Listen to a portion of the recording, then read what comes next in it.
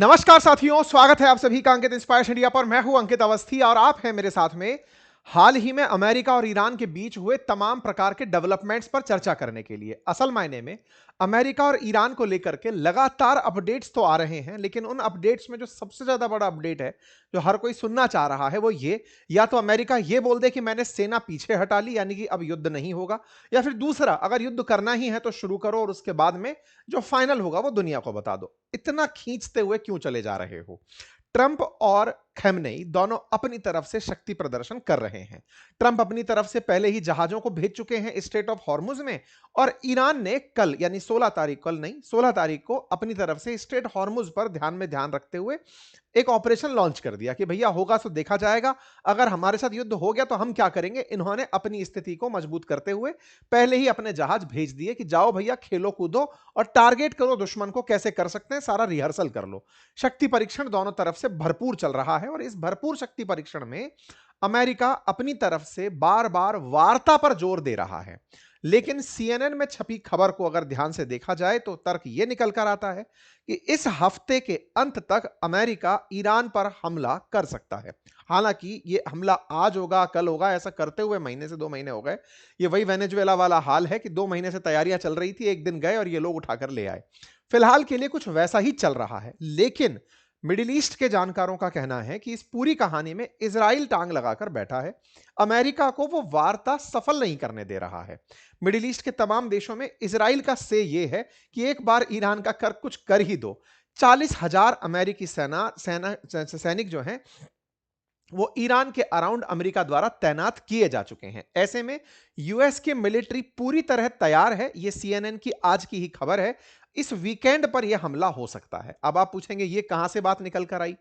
असल मायने में डोनाल्ड ट्रंप के द्वारा कल यानी बुधवार के दिन अपने एक रूम में, जिसको ये लोग एक तरह से प्लानिंग रूम की तरह से लेते हैं, जो याद हो तो जब उसे मादुरो को उठाया गया था तब भी तस्वीरें उसी रूम से निकल करके आई थी। वहां पर इनकी फिर से बैठक हुई और बैठक हुई अपने दामाद और अपने मित्र के साथ, जेरेड कुशनर और स्टीव विटकॉफ के साथ। ये दोनों वही लोग हैं जो दुनिया भर में जहां जहां युद्ध हो रहे हैं वहां नेगोशिएट करने पहुंचते हैं। जैसे इजराइल गाजा का मामला इन्हीं लोगों ने सुलझाया था। रशिया यूक्रेन वाले मामले पर जो कुशनर हैं ये ट्रंप के दामाद हैं और विटकॉफ इनके मित्र हैं। तो ये दोनों लोग रशिया यूक्रेन वाले मामले में भी गए हुए हैं। और अभी स्टीव विटकॉफ, जेरेड कुशनर और विटकॉफ दोनों को ही इन्होंने ईरान के साथ बात करने के लिए 6 फरवरी को ओमान मस्कट भेजा था और अभी 17 तारीख को इन्होंने इन्हें जिनेवा भेजा था, स्विट्जरलैंड के अंदर भेजा था कि जाओ और ईरान के लोगों से बात करो। तो ईरान अपनी तरफ से उप विदेश मंत्री को मस्कट में भी भेजा था और जिनेवा में भी भेजा। दोनों बातें इन्होंने कल यानी कि बुधवार के दिन अपनी जो इन दोनों सहयोगी हैं या फिर कहिए कि दोनों जो शांति दूत हैं, इनको बुलाकर ट्रंप ने पूछा कि बताओ भाई, कहां तक लग रहा है कि ये लोग मान जाएंगे? अगर नहीं मानते तो युद्ध के क्या विकल्प हो सकते हैं? उन सब के साथ बैठ करके चर्चाएं हुई। ऐसे में ईरान भी यह जानता है कि अगर अमेरिकी हितों की पालना नहीं होगी तो ये लोग युद्ध करेंगे ही। तो ईरान भी एक तरफ तो वार्ता के लिए गया हुआ है, लगातार शांति वार्ताएं चल रही हैं कि कैसे इस मामले पर पीछे हटा जाए या अमेरिका अपनी शर्तें कैसे मनवाने में कामयाब हो जाए। अमेरिका ने जहां इतने सारे सैनिक भेज रखे हैं ईरान को घेरने के लिए, वहीं वो अपनी तरफ से शर्तों के दस्तावेज भी भेजा हुआ है, जिन शर्तों में यह है कि ईरान अपने यहां पर परमाणु का जो एनरिचमेंट कार्यक्रम चल रहा है, जिससे न्यूक्लियर बॉम्ब बनाए जा सकते हैं, उस कार्यक्रम से पीछे हटे। प्रॉक्सी जितने भी उसके सहयोगी दल हैं, चाहे फिर हिजबुल्लाह हो चाहे हूती हो, उनके साथ में वो पूरी तरह से पीछे हटे, यानी उनको कभी सहयोग ना करे ऐसा वादा करे। और तीसरा, जो ईरान के पास में जो मजबूत बैलिस्टिक मिसाइल सिस्टम है, जिसने इजराइल पर हमला करके इजराइल के हाल खराब कर दिए थे पिछले साल जून 2025 में, बोले उन बैलिस्टिक मिसाइल्स का जखीरा खत्म करे। इन शर्तों के साथ ईरान के साथ अमेरिका बातचीत कर रहा है। जहां तक बात हो परमाणु की यानी कि न्यूक्लियर एनरिचमेंट की, ईरान वहां पर कुछ हद तक सहमति जताता दिख रहा है। ईरान का कहना है कि 60% तक आपके कहने पर मैं न्यूक्लियर एनरिचमेंट कम कर सकता हूं। पिछली बार भी 2015 में भी जब ट्रंप से पूर्व वाले जितने भी लोग थे, ओबामा टाइप के जो लोग थे, उन्होंने जब काम करवाया था, उन्होंने भी हमसे जब एक्ट मतलब साइन करवाया था, तब भी हमने एनरिच्ड यूरेनियम अपने देश से निकालकर रूस में भेज दिया था। अब एनरिच्ड यूरेनियम फिर से आप कह रहे हो तो हम 60% तक कम करने को तैयार हैं। इंटरेस्टिंग बात यह हुई कि अब तक ईरान जो मना करता आ रहा था कि इसके पास में एनरिच्ड यूरेनियम नहीं है। एनरिच्ड यूरेनियम का मतलब यूरेनियम जो है उसके कई आइसोटॉप होते हैं, समस्थानिक होते हैं। उनमें से पिच ब्लेंड नाम का जो यूरेनियम का मतलब ओर है, पिच ब्लेंड जो है, उसमें से इनका एक आइसोटॉप है यूरेनियम 92 235। वो जब मात्रा में बढ़ता है, पिच ब्लेंड के रूप में और जब बाहर निकल कर आता है और उसकी मात्रा को बढ़ाया जाता है, क्योंकि वो बहुत कम परसेंटेज में माइंस में से निकल कर बाहर आता है, उसको बाहर बाहर निकालकर उसकी उस आइसोटॉप की मात्रा को बढ़ाने की आसान भाषा में प्रक्रिया को एनरिचमेंट कहा जाता है, क्योंकि वही सबसे ज्यादा विस्फोटक माना जाता है कि मतलब उसके विस्फोट से बहुत ज्यादा एनर्जी बाहर निकलेगी। ऐसी प्रक्रिया में यूरेनियम के तमाम अयस्कों में से, ओर्स में से एक प्रकार के यूरेनियम की मात्रा बढ़ाना एनरिचमेंट की श्रेणी में रखा गया और उस काम को ये लगातार कर रहे हैं। उसमें बहुत एनर्जी, बहुत पैसा और बहुत तकनीक लगती है। ये लगातार उस काम को करते हुए चल रहे हैं। अमेरिका का अनुमान है कि इनके पास 2000 किलो से ज्यादा एनरिच्ड यूरेनियम उपलब्ध है। यह अपने आप में एक बहुत बड़े न्यूक्लियर बॉम्ब के लिए पर्याप्त है। किलो भर का न्यूक्लियर बॉम्ब भी बड़े बड़े देशों को निपटा सकता है। तो ऐसे में इन्होंने बहुत सारा स्टॉक पाइल कर लिया है और अमेरिका उसी को कम करने के लिए ईरान से कह रहा है। ईरान का कहना भी है कि अगर आप हम पर से सभी प्रकार के प्रतिबंध हटाते हो, जिसमें से बैंकिंग प्रतिबंध, व्यापारिक प्रतिबंध, तेल पे से प्रतिबंध, तो हम 60% तक अपना एनरिच्ड यूरेनियम कम कर सकते हैं। लेकिन बात हो बैलिस्टिक मिसाइल की या फिर बात हो आपके साथ में प्रॉक्सियों के साथ बातचीत ना करने की, हम उस पर आपको सहमति नहीं दे सकते।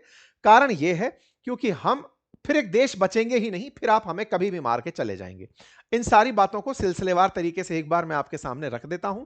सिचुएशन रूम के अंदर हुई वार्ता, जिसमें इन्होंने अपने दामाद के साथ जो बातचीत की, उस बातचीत पर इनकी प्रवक्ता बाहर निकलकर आई और उन्होंने कहा कि वार्ता के रास्ते खुले हैं, लेकिन ट्रंप किसी भी चीज के लिए खुले हैं। मतलब कि वो चाहेंगे तो एक्शन भी ले सकते हैं। डोनाल्ड ट्रंप लगातार व्हाइट हाउस से डिप्लोमेसी की बात कर रहे हैं कि बातचीत करना पहला ऑप्शन है और इसके लिए वो लगातार बहुत सारे लोगों से बात कर रहे हैं।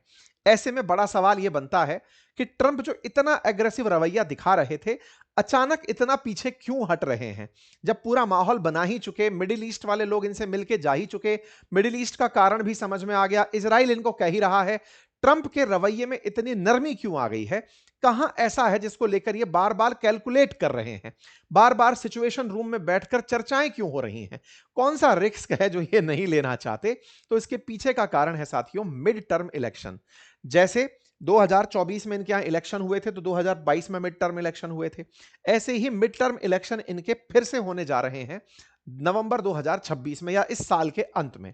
2026 के अंदर मिड टर्म इलेक्शन का मतलब होता है राष्ट्रपति का कार्यकाल 4 साल का होता है। हर 2 साल में अमेरिका में चुनाव होते हैं, जिन्हें मध्य अवधि मिड टर्म चुनाव कहा जाता है। और इन चुनावों में तय होता है कि वर्तमान जो सरकार काम कर रही है, यह सरकार ठीक से जनता को पसंद आई भी या नहीं आई। अगर नहीं आई तो यहां पर चुनाव में जो नतीजे आते हैं वो होते तो असल में कांग्रेस के नतीजे हैं, कांग्रेस बोले तो इनकी संसद के नतीजे, लेकिन उनसे अगली बार कौन राष्ट्रपति बनेगा या कौन सी पार्टी बहुतायत में रिपीट कर जाएगी, इसका एक आइडिया लगना शुरू हो जाता है। अब सवाल बनता है, हमारी संसद की तरह ही इनके यहां चुनाव होते हैं क्या? अगर ऐसा है तो फिर इनके राष्ट्रपति तो पहले ही बन गया, अब चुनाव क्यों हो रहे हैं? तो पहले से समझते हैं, भारत की जो चुनाव प्रणाली है वो संसदीय व्यवस्था है। इनके यहां पर राष्ट्रपति वाली व्यवस्था है, प्रेसिडेंशियल फॉर्म ऑफ इलेक्शन होता है। यहां पर राष्ट्रपति को आपने चुनवा दिया कि साहब नवंबर 2024 में इलेक्शन हो गए थे, राष्ट्रपति ट्रंप चुन करके आ गए थे, उनकी पद की गारंटी है, वो 4 साल तक पद पर बैठेंगे, उन्हें कोई नहीं हटा सकता। कोई नहीं हटा सकता, यह शब्द अधूरा सत्य है। असल में सत्य यह है कि अगर इनका महाअभियोग हो जाए, महाअभियोग यानी इंपीचमेंट हो जाए, तो इन्हें पद से हटाया जा सकता है। यह इंपीचमेंट कहां होता है? इनकी संसद में होता है, जिसे क्या कहा जाता है? कांग्रेस कहा जाता है। जैसे भारत के अंदर सदन में दो, मतलब सदन के अंदर, संसद के अंदर 2 हाउसेज हैं, एक का नाम लोकसभा है और एक का नाम राज्यसभा है। ऐसे ही अमेरिका की जो कांग्रेस है, संसद है, उसके अंदर 2 सदन होते हैं, एक का नाम हाउस ऑफ रिप्रेजेंटेटिव होता है और एक का नाम सीनेट होता है। हाउस ऑफ रिप्रेजेंटेटिव में 435 सांसद होते हैं और सीनेट में 100 सांसद होते हैं। जैसे भारत के अंदर 500, 530 और जो 267, 273, ये जो नंबर्स हैं, बिल्कुल वैसे ही अमेरिका के अंदर भी नंबर्स निकल कर आते हैं। यहां पर जो 100 सीटें हैं, कौन सी 100 सीटें? अमेरिका के अंदर उच्च सदन की जो 100 सीटें हैं, ये हर राज्य से 2 निकल करके आती हैं। हर राज्य से 2 सीनेटर चुने जाते हैं 6 साल के लिए। तो ये जो मिड टर्म इलेक्शन होते हैं, इनमें एक तिहाई सांसदों का चुनाव होता है 6 साल के लिए। सीनेट के 100 में से 33 या 35 इस साल चुने जाएंगे। एक तिहाई सांसदों का निर्वाचन होगा जो अगले 6 साल तक रहेंगे। अच्छा, इसके अलावा जो 435 सांसद हैं, 435 कौन से वाले? जो हाउस ऑफ रिप्रेजेंटेटिव हैं, वो 2 साल के लिए ही चुनकर आते हैं, तो उनका भी चुनाव यहां पर होगा। इसके अलावा अमेरिका में 50 राज्य हैं। 50 में से लगभग 36 राज्यों के गवर्नर का इलेक्शन भी इसी मिड टर्म के अंदर होगा। गवर्नर स्टेट को चलाने वाली बॉडी है, वहां का सबसे बड़ा आदमी है, उसका इलेक्शन भी इस समय पर होगा। कई स्थानीय निकायों का चुनाव भी, कई शहरों के मेयर का चुनाव भी इस मिड टर्म इलेक्शन में होगा। इसका मतलब अकेले ट्रंप अगर जीत भी गए थे 2024 में, लेकिन उन्हें सत्ता चलानी है पूरे देश के अंदर, तो उन्हें इस मिड टर्म इलेक्शन में अपनी पार्टी, कौन सी पार्टी है? ट्रंप की रिपब्लिकन पार्टी, उसकी बहुतायत में सीटें आए जरूरी है, उसके मेयर चुने जाएं, उसके गवर्नर बनकर आए जरूरी है। अब एक और सवाल, ट्रंप अगर नहीं जीत पाए तो क्या होगा? देखिए, इनके यहां पर हाउस ऑफ रिप्रेजेंटेटिव के पास ताकत होती है कि वो एक सहमति पत्र साधारण मेजोरिटी से निकालकर अपने राष्ट्रपति के खिलाफ इंपीचमेंट प्रोसेस कर सकती है। फिर सीनेट 2/3 मतों से, यानी कि लगभग 67 मतों से मतलब इनके राष्ट्रपति को पद से हटा सकती है। इसका मतलब यह हुआ कि अमेरिका में अगर सीनेट में 50 में से 67 बाइडेन की पार्टी यानी डेमोक्रेट पार्टी के लोग चुनकर अगर आ गए, तो वो सीनेट के दम पर इनके खिलाफ इंपीचमेंट यानी महाअभियोग लाकर इन्हें पद से हटा सकते हैं। क्या अब तक किसी राष्ट्रपति को हटाया गया है? नहीं। तो हटाया नहीं गया तो फिर इतनी बड़ी बातें क्यों हो रही हैं? बहुत से राष्ट्रपति खुद को इंपीच्ड कहलाना पसंद नहीं करते। जैसे रिचर्ड निक्सन को ही ले लीजिए। रिचर्ड निक्सन के खिलाफ जब इंपीचमेंट आने ही वाला था, उस समय उन्होंने पद से इस्तीफा दे दिया था। वाटरगेट का मामला एक बार मैंने आपको बताया था अपनी पाठशाला के एक सेशन में। कुल मिलाकर अमेरिका में मिड टर्म इलेक्शन है और उन मिड टर्म इलेक्शंस में ट्रंप की पार्टी परफॉर्म करना चाहती है, लेकिन हालात क्या हैं? हालात बिल्कुल उलट हैं। ट्रंप की इस समय एक्सेप्टेंस बहुत ही ज्यादा खराब चल रही है। द इकोनॉमिस्ट की अगर बात माने तो इनकी जो मतलब लोगों के अंदर रीच है वो लगातार गिर रही है। इन्हें खतरनाक और करप्ट आदमी के रूप में ट्रीट किया जा रहा है। यूगोव और इकोनॉमिस्ट की तरफ से ताजा किए गए सर्वे में यह पाया गया कि लोग इनके कामकाज से खुश नहीं हैं। एक तो द गार्जियन ने तो बकायदा इनके ऊपर एक सरकाजम नोट लिखा और वो लिखा कि भाई साहब, कॉकरोच के बाद दूसरी सबसे ज्यादा अमेरिका अगर घृणा किसी से कर रहा है तो वो ट्रंप है। इतनी कम इनकी अस्वीकार्यता, मतलब इतनी कम इनकी स्वीकार्यता है। ऐसे में ट्रंप अपने पिछले कार्यकाल से भी ज्यादा अलोकप्रिय हो गए हैं। ये डेटा कुछ इस तरह की बातें बता रहा है। इस प्रकार के डेटा के आने से ट्रंप लगातार उन क्षेत्रों में जो कोस्टल एरियाज हैं, जहां माइग्रेंट्स हैं या फिर बाहर से गए हुए लोग जो प्रवासी बनकर वहां गए और जाकर के बस गए, उन सभी क्षेत्रों में ट्रंप का बेसिकली मिडिल जो क्षेत्र है ये इनके प्रभाव का होता है। वो हल्का फुल्का इनके प्रभाव में अभी भी दिख रहा है, लेकिन बॉर्डर एरियाज में इनकी स्वीकार्यता कम होती जा रही है। ऐसे में मेजर रूप से दो पार्टी, रिपब्लिकन और डेमोक्रेटिक, इनके बीच होने वाले इस मध्यावधि चुनाव में ट्रंप अपनी टीम को हारता हुआ देख रहे हैं। चुनाव भले ही मतलब नवंबर के अराउंड होगा, लेकिन उसके प्रचार अभी से लोगों के अंदर दिमाग में चलने शुरू हो चुके हैं। इसी वजह से हिस्ट्री में यह माना जा रहा है कि इनकी पार्टी को सबसे कम सीटें मिलेंगी। इसी को ध्यान में रखते हुए ट्रंप थोड़े से अपने आप को रोक कर चल रहे हैं कि मैंने राष्ट्रीय मुद्दे छोड़कर पूरी तरह से अंतरराष्ट्रीय मुद्दों पर फोकस किया हुआ है। तो अमेरिका का हित कहीं से विदेशों से ही तय हो ये जरूरी नहीं है। लोकल लेवल पर आपने क्या किया, वो चीजें अब तक हाशिए पर हैं। इस पर जब व्हाइट हाउस से जवाब मांगा गया तो इन्होंने अपने आप को यह कह दिया, हमारा राष्ट्रपति तो 2024 में ही चुन गया था, मिड टर्म से हमें कोई लेना देना नहीं है। और ये सब बातें साफ साफ दिखाई भी पड़ती हैं। अमेरिका में महंगाई नियंत्रित करने के चलते ही इन्होंने अपने फेडरल चीफ को भी, जो केविन वाश ये लेकर आ रहे हैं, वो भी उसी चुनाव में अपना परफॉर्मेंस सुधारने के लिए है। अब बात करते हैं यूएस ईरान के बीच में अल्टीमेटली, चलो एक कारण ये हो सकता है, लेकिन ये बहुत दूरगामी कारण है। हालांकि दूरगामी कारण ट्रंप को नहीं लगता। क्यों नहीं लगता? क्योंकि नहीं पता कि ईरान से शुरू हुआ युद्ध एक दिन में रुक जाएगा या लंबा खिंच जाएगा। अगर यह युद्ध लंबा खिंच गया, जैसे अफगानिस्तान 20 साल तक चला, रशिया यूक्रेन 4 साल से चला आ रहा है, अगर यह लंबा खिंच गया तो अमेरिका के लिए एक बहुत बड़ी मुसीबत खड़ी कर सकता है।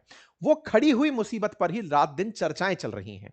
ये वो दो प्रतिनिधि हैं, जेरेड कुशनर और स्टीव विटकॉफ, तो दुनिया भर में अमेरिका के शांति दूत बनकर घूमते हैं। गाजा इजराइल हो, रशिया यूक्रेन हो, या फिर अब अमेरिका ईरान हो, यही दो लोग हैं जो जाकर बातचीत करते हैं। इन्हीं के साथ में बार बार चर्चा ट्रंप कर रहे हैं कि बताओ भाई तुम लोग कहां पहुंचे, किस तरह की बातें हुई। तो चर्चा में निकल कर आया कि ईरान और इनके बीच में जो 6 फरवरी को मस्कट में बातचीत हुई थी, जिसमें ईरान की तरफ से उप विदेश मंत्री आए थे, तब यहां पर बातचीत निकलकर हुई थी और उस बातचीत में यह तय हुआ था कि एक बार और बातचीत के लिए बैठते हैं जिनेवा में। ये लोग जिनेवा के अंदर 17 तारीख को मिलते हैं। 6 तारीख की मीटिंग में तय होता है कि अगली बार की वार्ता एक बार और रखी जाती है। तो ईरान यहां पर अपनी तरफ से तैयार हो जाता है कि हम न्यूक्लियर डील कर लेंगे, अमेरिका अगर हमारे साथ हमारी शर्तों को मान गया। इस बात को कहते ही ईरान गया था जेनेवा, अर्थात दुनिया को यह बताकर गया था कि अगर दुनिया वालों आपको अमेरिका यह कहता है कि हम न्यूक्लियर बम बना रहे हैं या न्यूक्लियर एनरिचमेंट कर रहे हैं, तो हम समझौता करने को तैयार हैं, लेकिन हमारी भी शर्तें हैं। एक तरफा शर्तें नहीं होंगी कि तुम न्यूक्लियर एनरिचमेंट रोक दो, मैं जैसा हूं वैसा रहूंगा। नहीं, हम पर से सारे प्रतिबंध हटाओ, हमारे सारे व्यापारिक रास्ते खोलो, हमारे तेल को सब जगह एक्सेप्टेंस दिलवाओ, हम न्यूक्लियर एनरिचमेंट रोक देंगे, हम आपके लिए यह डील करने को तैयार हैं। यह कहकर उप विदेश मंत्री गए। लेकिन बड़ा सवाल था कि क्या इस तरह से ईरान झुक रहा था? नहीं। ईरान यह जानता है कि उसने बना तो बहुत सारा यूरेनियम लिया है, लेकिन अमेरिका को धमकाने के लिए 1 किलो का गोला भी काफी है। 1 किलो यूरेनियम भी अमेरिका को उतना ही डर दे सकता है, इजराइल को पूरे को तबाह कर सकता है। ऐसे में इसको आवश्यकता नहीं है कि ये 400 किलो बनाए कि 2000 किलो। यही बात ये कहते हुए बार बार गए कि अगर अमेरिका प्रतिबंध हटाता है तो हम हर काम करने को तैयार हैं। और रवांची जो इनके उप विदेश मंत्री हैं वो कहते हैं कि हमने 60% एनरिच्ड यूरेनियम घटाने का उनको प्रस्ताव दे दिया है। ईरान के पास 400 किलो से ज्यादा एनरिच्ड यूरेनियम का भंडार है। संवर्धित यूरेनियम जिससे न्यूक्लियर बॉम्ब बनाया जा सकता है उसका भंडार है। हम 60% तक कम कर देंगे। 150 किलो भी अगर इनके पास बचा रह गया तो भी वो अमेरिका के लिए बराबर बेचैनी वाला होगा। अमेरिका इस प्रकार की नेगोशिएशन में नहीं पड़ना चाहता जिसमें अशांति बरकरार रहे। अमेरिका ने यहां पेच फंसा दिया कि तुम यूरेनियम ही नहीं, अपनी बैलिस्टिक मिसाइल भी हटाओ। बैलिस्टिक मिसाइल का आपको याद हो तो वो वही बैलिस्टिक मिसाइल है जो जून 2025 में इजराइल पर जाकर गिरी थी। और इजराइल पर जब गिरी थी दुनिया ने देखा था कि ईरान के पास वाकई में वो मिसाइल हैं जिन्हें इजराइल का गोल्डन डोम भी नहीं रोक पाया। वो जाकर के इजराइल में बड़ा नुकसान पहुंचाई थी। ऐसे में ये जिनेवा पहुंचते हैं, यूएस के साथ बातचीत होती है। इसी बीच में ट्रंप से पत्रकार हवाई जहाज में पूछ लेते हैं कि सर आप बताइए कि क्या चल रहा है। तो ये कहते हैं मेरी नजर है उस बातचीत पर, और अगर ईरान इसको लेकर के सख्त रुख अपनाता है तो हमने पहले भी उनके परमाणु ठिकानों पर बमबारी करके उन्हें अक्ल दे दी थी, और अगर वो नहीं करेंगे तो फिर इसके घातक परिणाम उन्हें भुगतने होंगे। ट्रंप के इस बयान से ईरान एकदम पिनक गया, क्योंकि पहले भी जब मस्कट के अंदर बातचीत के लिए ये लोग गए थे, ईरान में ओमान में गए थे, उस समय पर भी अमेरिका लगातार प्रेशर टैक्टिक अपना रहा था। अपने हवाई जहाजों को घुमा रहा था, युद्धपोतों को घुमा रहा था, युद्ध अभ्यास कर रहा था, हर बार एकदम एक्सट्रीम प्रेशर टैक्टिक्स अपना रहा था। इस बार ईरान ने उल्टा किया कि तुम बेटा जिनेवा में मिलोगे, अब तुम हमारी तैयारी देखो, तुम्हें भी थोड़ा डर रहे कि हम क्या कर सकते हैं। ये दुनिया जानती है कि अमेरिका से ज्यादा डरपोक और कोई देश नहीं है। वास्तविकता भी है, जिसके पास खोने के लिए बहुत कुछ हो शायद उसके डर बड़े होते हैं, तो अमेरिका का डर भी सर्वोपरि है। ऐसे में ईरान के रेवोल्यूशनरी गार्ड्स ने स्ट्रेट ऑफ हॉर्मुज पर अपनी ड्रिल शुरू कर दी और इसका नाम रखा smart control of Hormuz strait. यह ड्रिल की तस्वीरें बाहर निकली। हालांकि ईरान की कोई भी ऑफिशियल मीडिया या फिर जो भी हैंडल्स हैं इन्हें हम क्लेम नहीं करते, क्योंकि ये वेरीफाइड नहीं है। आप कहेंगे लगा तो है टिक, नहीं साहब, एआई के जमाने में कौन सी सही कौन सी गलत सरकार जारी ना करे, ट्विटर पर मिल जाए। हम आपको जो जानकारी दिखा रहे हैं वो ट्रेंड में जो चल रही है वो है। अब कितना सही है नहीं पता है, जानकारी ये जरूर है कि इन्होंने ड्रिल शुरू कर दी। ड्रिल में इस तरह की तस्वीरें बाहर निकल कर आई कि ये लोग पूरी तरह अभ्यास कर रहे हैं ठिकाना लगा के निशाना बनाने का। पूरी तरह से कहां हो रही है ये जानकारी? ये हो रही है straight of Hormuz. Straight of Hormuz कैसे खास है? दुनिया में, मतलब विशेष रूप से इंडिया के अंदर, चाइना के अंदर जो तेल जा रहा है, स्ट्रेट ऑफ हॉर्मुज के थ्रू ही लगभग 60% तेल एक्सपोर्ट हो रहा है। क्योंकि गल्फ की तमाम देश, चाहे सऊदी हो, कतर हो, यूएई हो, ये तमाम देश, चाहे ईरान हो, ये सब इसी के रास्ते तेल बेचते हैं। तो इन्होंने यहीं पर ही चोक पॉइंट बनाया हुआ है। अगर तुम कुछ भी करोगे हम यहां पर सारा कंट्रोल कर देंगे, दुनिया त्राहिमाम करने लगेगी, तुम हम पर से सारा ध्यान हटा दोगे। इन्होंने कुछ नब्ज पकड़ी हुई है और इसी स्ट्रेट ऑफ हॉर्मुज को लेकर के कहा जाता है कि दुनिया का 30% जो ऑयल ट्रेड है वर्ल्ड का, एशिया का 60% के आसपास हो गया। 30% का आसपास जो ग्लोबल ऑयल ट्रेड है वो इसी स्ट्रेट ऑफ हॉर्मुज के थ्रू होता है, और 20% एलएनजी इसी स्ट्रेट ऑफ हॉर्मुज के थ्रू जाती है। लगभग 20.3 million barrel oil and petroleum product यहां से ट्रांसफर होता है, और 290 मिलियन क्यूबिक मीटर एलएनजी यहां से जाता है। 80% एलएनजी इस स्ट्रेट के थ्रू एशिया में जाता है और 20% यूरोप में जाता है। इस प्रकार से यह बहुत मायने रखती है स्ट्रेट ऑफ हॉर्मुज। इसी को ध्यान में रखते हुए खमनेई ने ट्रंप को उसी की भाषा में जवाब देते हुए कहा कि माना कि आपके पास में बहुत सी ताकतें होंगी, लेकिन जो आपने एयरक्राफ्ट कैरियर भेजे हैं उनका इंतजाम हमने सोच लिया है, वो पानी के अंदर गाड़ दिए जाएंगे। इन्होंने बकायदा बढ़िया तरीके से ट्रंप को ट्रंप की ही भाषा में जवाब देते हुए कहा कि ये ना सोचे कि ये लोग हमें धमका कर काम करा लेंगे। हमने तैयारियां पूरी कर रखी हैं, आपको नेगोशिएट करना है, हम काम करने को तैयार हैं, लेकिन अगर आपको लगता है कि दबाकर आप कर लेंगे तो सुनिए, तैयारी पूरी है।